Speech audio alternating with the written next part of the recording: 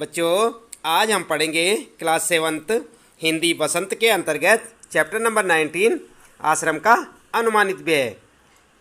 हम आपको बताएंगे यहाँ पर पाठ का सारांश और पाठ से संबंधित प्रश्नों के उत्तर भी। आप देख रहे हैं यहाँ पर, यह है आपका हिंदी बसंत के अंतर्गत चैप्टर नंबर 19 आश्रम का अनुमानित व्यय और हम आपको बता रहे हैं इस पाठ का सारांश। पाठ पढ़ने के लिए आप अपनी पुस्तक में देखें और उस पाठ को अच्छे से पढ़ें। सारांश में हम आपको बताते हैं, यह पाठ मोहनदास करमचंद गांधी द्वारा लिखित एक लेखा जोखा है। आप समझते हैं लेखा जोखा मतलब हिसाब किताब। मोहनदास करमचंद गांधी ने दक्षिण अफ्रीका से लौटकर अहमदाबाद में एक आश्रम की स्थापना की थी। इस पाठ में उसी आश्रम के व्यय के अनुमान का विवरण दिया गया है।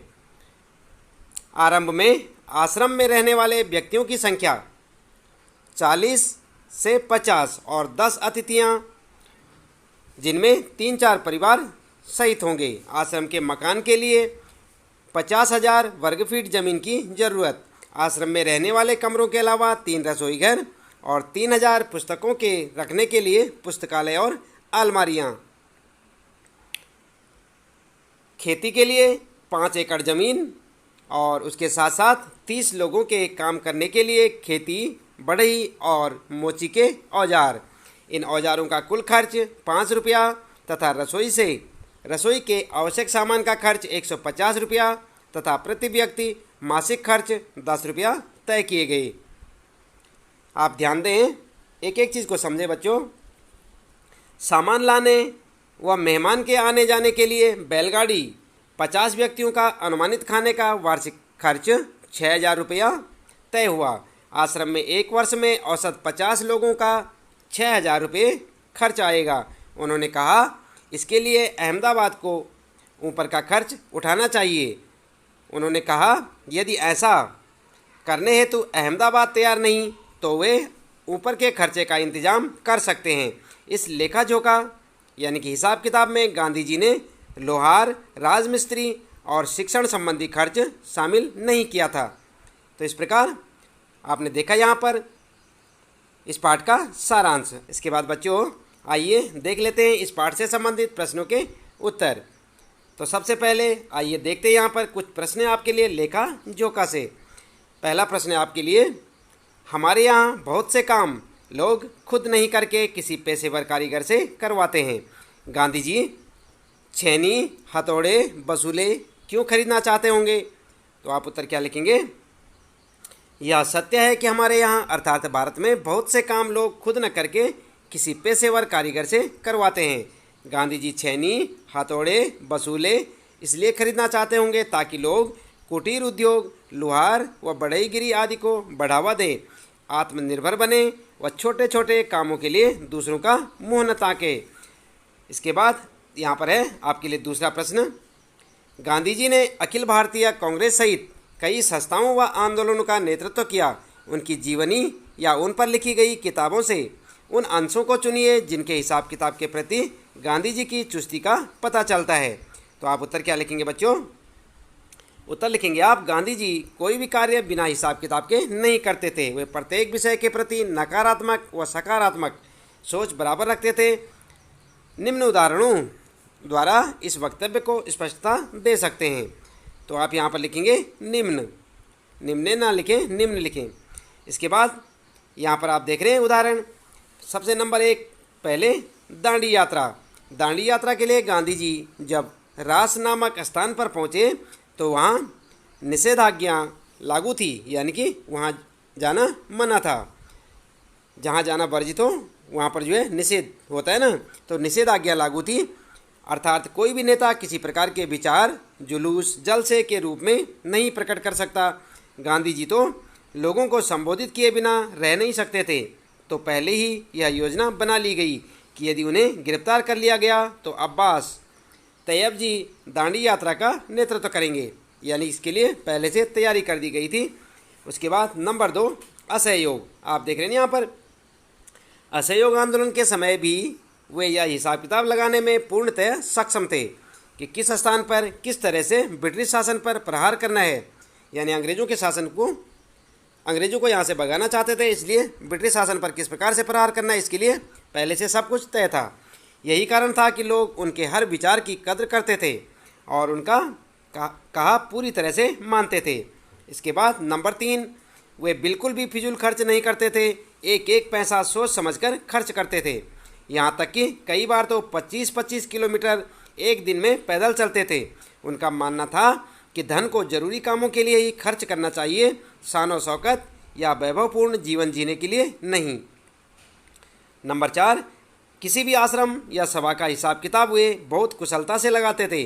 साबरमती आश्रम में भी उन्होंने ऐसा बजट बनाया कि आने वाले मेहमानों के खर्च भी उसमें शामिल किए गए। तो इस प्रकार से आप इसका उत्तर लिखेंगे। दूसरे प्रश्न का उत्तर आप इस प्रकार से लिखेंगे जैसे कि आपको यहाँ पर बताया गया है। इसके बाद बच्चों आइए देख लेते हैं यहाँ पर तीसरा प्रश्न और उसका उत्तर। तो तीसरा प्रश्न क्या है आपके लिए? तीसरा प्रश्न है, मान लीजिए आपको कोई बाल आश्रम खोलना है। इस बजट से प्रेरणा लेते हुए उसको अनुमानित बजट बनाइए। इस बजट में दिए गए किन किन मदों पर यानी कि वस्तुओं पर आप कितना खर्च करना चाहेंगे, किन नई मदों को जोड़ना हटाना चाहेंगे। तो आप समझ रहे हैं बच्चों, आपको कठिन शब्दार्थ में बताया था मद का मतलब क्या होता है, वस्तु। मदों पर खर्च करना मतलब वस्तुओं पर खर्च करना। और उत्तर लिखेंगे आप। आपका उत्तर क्या होगा? छात्र इस पाठ से उदाहरण लेकर बाल आश्रम के लिए आवश्यक चीज़ें और उनके अनुमानित खर्च का बजट तैयार करें। तो आप इस बार इस प्रश्न का उत्तर क्या लिखेंगे? आप पहले पाठ को अच्छे से पढ़ें और वहाँ पर देखें कि किस प्रकार से महात्मा गांधी जी ने बजट प्रत्येक वस्तु के लिए लगाया था। इसी प्रकार से आप भी यदि बाल आश्रम के लिए एक अनुमानित बजट तैयार करते हैं तो आप क्या करेंगे, वहाँ पर सभी चीज़ों के बारे में डिटेल देंगे और वहाँ पर उन वस्तुओं की कीमत लगाएंगे और बताएंगे कि एक साल में इन पे कितना खर्च आएगा। टोटल एक साल का आप बजट बनाएंगे। तो आप अपने हिसाब से बना सकते हैं। इसके बाद बच्चों ध्यान दें, आप यहाँ पर यह है चौथा प्रश्न। आपको कई बार लगता होगा कि आप कई छोटे छोटे काम जैसे घर की पुताई, दूध दुहना, खाट बुनना करना चाहें तो कर सकते हैं। ऐसे कामों की सूची बनाइए जिन्हें आप चाहकर भी नहीं सीख पाते। इसके क्या कारण हैं? उन कामों की सूची भी बनाइए जिन्हें आप सीखकर ही छोड़ेंगे। तो आप उत्तर लिखेंगे। अपने हिसाब से भी लिख सकते हैं आप, क्योंकि आपको मालूम होगा कि आप कौन से काम कर सकते हैं और कौन से नहीं। तो उत्तर इसमें आप लिखेंगे, हमारे जीवन में ऐसे बहुत से काम होते हैं जिसे हम चाहकर भी नहीं सीख पाते। जैसे घर की पुताई करना, सफ़ेदी वाला करता है ना, तो आप जानते हैं तो आप घर की पुताई कर सकते हैं। अगर कर सकते हैं तो लिख लेना। दूध वाला क्या आप काम कर सकते हैं? दूध वाला दूध देता है। और खाट यानी चारपाई बुनने वाले से बुनवाई जाती है। कुछ ऐसे ही निम्न कार्य हैं मैं चाहकर भी सीख नहीं पाता। जैसे कि आप यहाँ पर देख सकते हैं, रोटी बनाने का कार्य क्यों नहीं सीख पाते? क्योंकि आप में लगन की कमी है। आप जब रोटी बनाएंगे ही नहीं तो सीखेंगे कहाँ से? और आपकी रुचि भी होनी चाहिए उसमें। सिलाई करने का कार्य, सिलाई का करने का कार्य आप तभी सीख पाएंगे जब सिखाने वाला आपको मिलेगा। सिखाने वाला नहीं मिला तो नहीं सीख पाएंगे। इसी प्रकार से आप देखें, चप्पल जूते में टाँका लगाना, जानकारी का अभाव एवं औजारों की कमी पर मैं इन कामों को सीखने का पूरा प्रयास कर रहा हूँ। मैं इन कामों को सीख कर ही दम लूँगा। इस प्रकार आप उत्तर लिख सकते हैं, मैं इन कामों को सिखाने वाले प्रशिक्षित व्यक्ति के तलाश में हूँ। इस काम को सीख कर ही दम लूँगा। और पांचवा प्रश्न है आपके लिए बच्चों, इस अनुमानित बजट की को गहराई से पढ़ने के बाद आश्रम के उद्देश्यों और कार्यप्रणाली के बारे में क्या क्या अनुमान लगाए जा सकते हैं। तो आपने पढ़ा होगा पाठ पूरा, तो आपने क्या क्या अनुमान लगाए? उत्तर लिखेंगे आप। अनुमानित बजट को गहराई से अध्ययन करने के बाद यानी कि गहराई से उस पाठ को पढ़ने के बाद हम आश्रम के उद्देश्यों को भलीभांति समझ सकते हैं। स्वावलंबन की भावना का विकास करना, अतिथि सत्कार करना, मेहमानों की सेवा करने का था ना उसमें, ज़रूरतमंदों को आवश्यक सुविधाएं प्रदान करना, बेकार लोगों को आजीविका प्रदान करना, श्रम का महत्व समझाना, कुटीर उद्योगों को बढ़ावा देना, चरखे खादी आदि से स्वदेशी आंदोलन को बढ़ावा देना और सहयोग की भावना का विकास करना। इस आश्रम की कार्यप्रणाली का मुख्य आधार आत्मनिर्भरता है। तो आपने बच्चों पाठ पढ़ा होगा, उसमें महात्मा गांधी जितने भी सारे कार्य आश्रम में करवाना चाहते हैं उन सबका एक ही उद्देश्य है ना, क्या?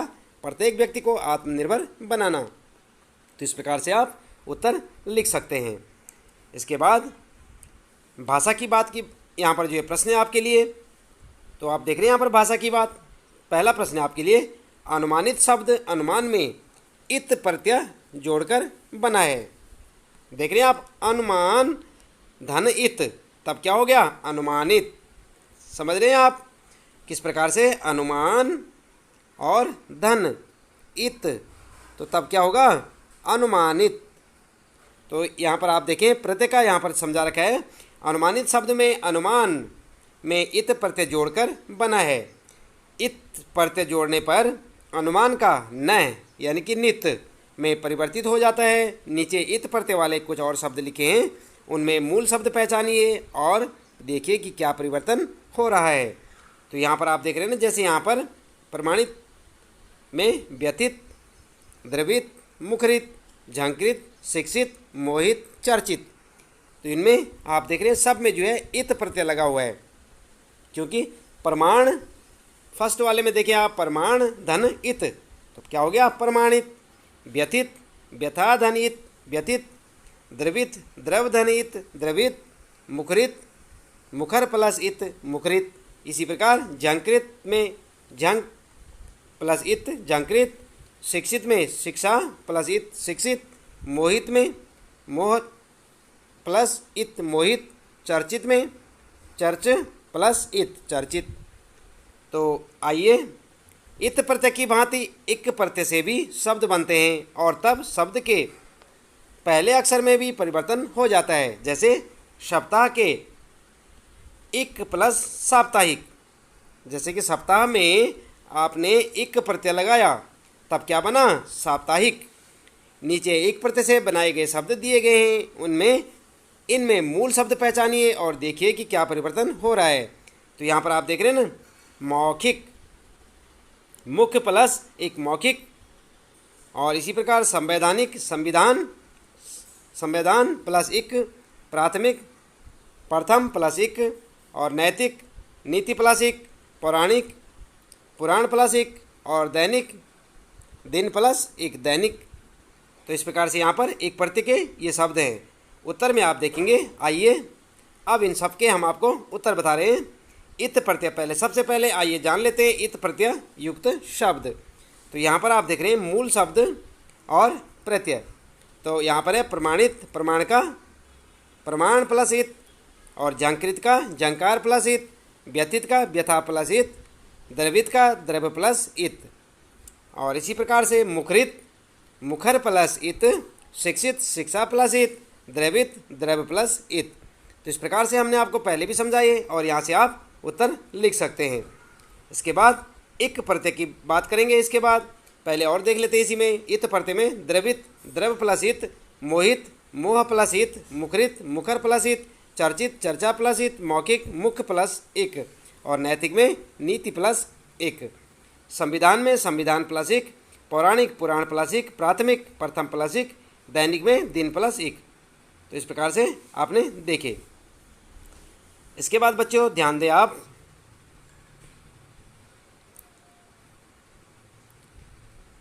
ध्यान दें, जो प्रत्यय वाले शब्द थे इनमें सब में क्या था, इत प्रत्यय। क्या था, इत।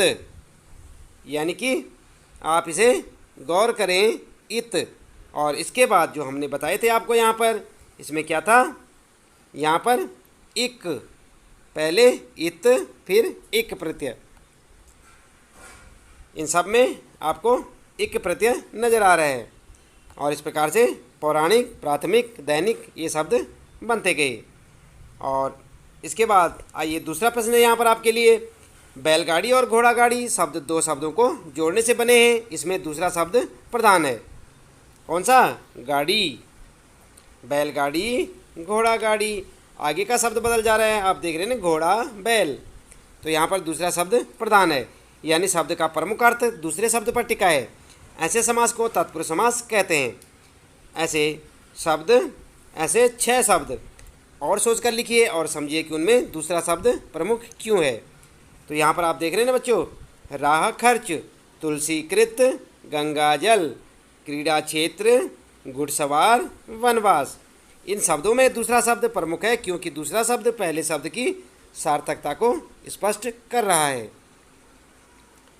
जैसे उत्तर में देखेंगे आप, जैसे यहाँ पर देखें, राह खर्च, राह के लिए खर्च, तुलसी कृत, तुलसी द्वारा कृत, गंगा जल, गंगा का जल, क्रीड़ा क्षेत्र, क्रीड़ा के लिए क्षेत्र, घुड़सवार, घोड़े पर सवार, वनवास, वन में वास।